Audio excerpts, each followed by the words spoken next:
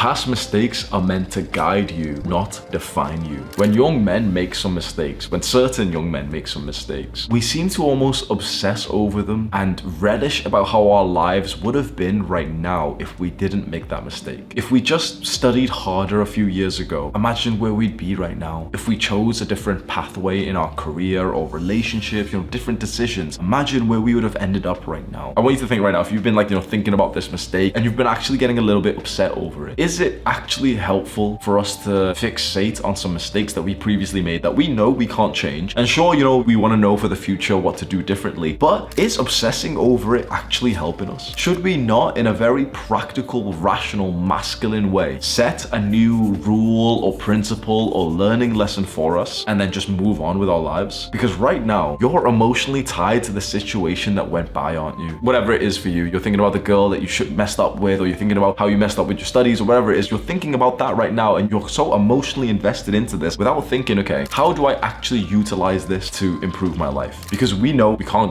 fly back in time and change things, because if we would have bought Bitcoin at like 2K and then sold it at like 40K, obviously. That's the only thing that we would have changed if we went back in time. We can't go back, right? So what we can do, which I think is incredibly valuable, and it's something that you can take from me, is start to define some learning lessons and principles for your life based on some of the experiences that you've went through, especially mistakes, but also with some successes. So this is what I do. I have a particular journal. It's like a brown leather journal. It was quite expensive. I remember it being like £40 at a time, and I bought it years ago at a time where I didn't really have that much money. And inside of this journal, I write down big learning lessons that I've had. So usually what I do is I kind of wrap up or write an ending note to some kind of experience in my life. So previously, if I've had like a breakup, for example, I'll write down like ending notes. What did I learn from this? Where did I mess up? What could I improve next time? Just everything I can think of that future Hamza might find valuable. Then I condense it all down into a new principle, a new life lesson. And it could be something as simple as like, don't date friends. Don't date masculine women. That's a really good one. Don't date masculine women. At least for me, it's a horrible experience. Figure this out for you. Mine sound very misogynistic, like they're the only examples I've gave, but there's a lot of mine. Another one is dirty bulking doesn't work for me. So I have a page in that brown journal where I've wrote about my mistake of going on a dirty bulk, gaining a bunch of weight, eating a bunch of bad food, feeling like, what happens when you eat bad food, like you just feel sick and you feel stupid, like literally mentally, like you're just tired and everything. And then I realized that,